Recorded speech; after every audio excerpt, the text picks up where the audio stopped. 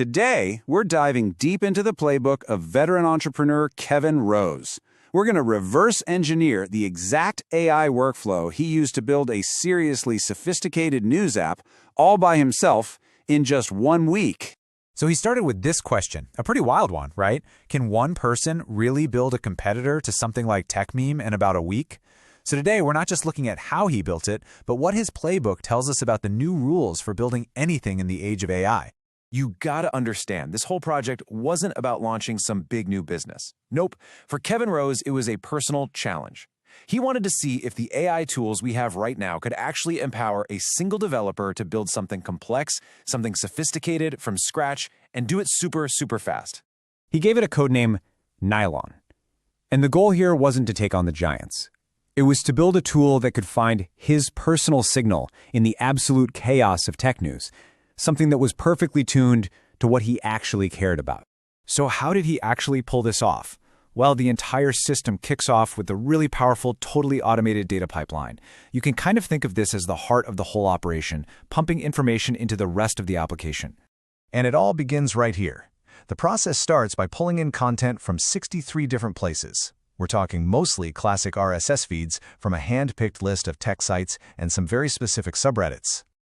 Okay, so once an article gets pulled in, it's not just, filed away. It goes on this journey, this enrichment pipeline. Each one of these steps adds a new layer of data and understanding, which is basically how he teaches the AI what the article is really all about. And this is the toolkit that makes it all possible for just one person. You've got iFramely to grab all the basic metadata, then Firecrawl does the heavy lifting, scraping the full text of the articles. Gemini is there as a backup plan. For the summaries, he uses GPT-4o Mini because, in his words, it's fast as hell and cheap. And the glue holding it all together is Trigger.dev, which runs all these things as background jobs that will just automatically retry if they fail.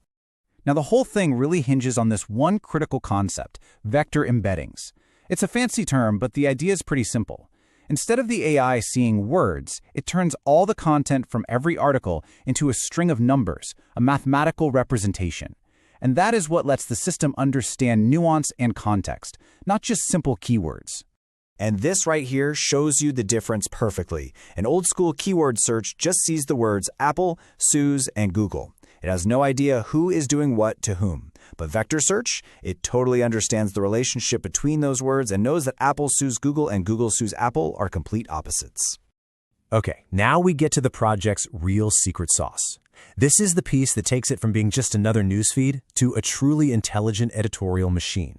He calls it the gravity engine. So, the engine isn't just looking at every single article that comes in. It's way smarter than that. It waits for a signal, and that signal is when it sees a cluster, 3 or more articles all talking about the same topic. Once that happens, it kicks into gear and starts its analysis to figure out if this story actually matters. So what's it judging these stories on? This is his custom rubric. The AI is looking at each story cluster through the lens of what he personally finds important. It's asking questions like, what's the real industry impact here? Is this actually a new idea? How relevant is this to people who are building things? It even looks at risk and urgency to create this really detailed, multifaceted score. And then, the engine takes all those individual scores and boils them down into one final editorial vote. This gives a super clear, number-based signal of how important a story is, basically cutting through all the noise to say, hey, you need to pay attention to this. But check this out. This is where it gets absolutely wild. Because the engine is analyzing how similar articles are, and when they're published, it can spot patterns that a human would never see. It actually started detecting hidden PR campaigns where a bunch of sites would all publish almost the exact same article at the exact same time, a dead giveaway of a paid sponsorship that nobody was disclosing. So the tech is obviously incredible, but beyond all the code and APIs, this project really highlights a powerful new philosophy for how to build things today. It's a total shift in mindset. First up is this idea of personal software. The cost and the difficulty of creating things is just plummeting so fast that if there's a tool out there that doesn't work exactly the way you want it to, the new default is becoming, I'll just build my own.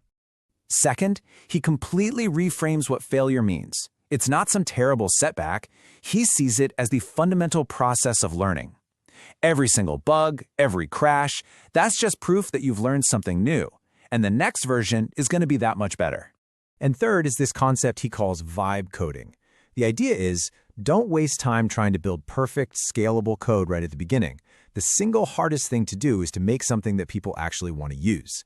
If your app gets so popular that it starts crashing, that is a fantastic problem to have. You can always fix that later. All right, so after diving into all of that, what are the big takeaways? What does all this actually mean for you right now? Well, here's what we learned. First, super powerful AI applications are not just for giant tech companies anymore. A solo builder can absolutely pull this off. Second, AI can be a real partner in judgment, not just a simple summarization tool. And maybe most importantly, the way you think about building is just as critical as the code you write. The cost to try out a big idea is lower than it has ever been. Look, what we just walked through is what one person was able to build with a little curiosity and about a week of their time. The tools have been democratized. The barrier to entry is basically gone. So the real question is, what are you going to build?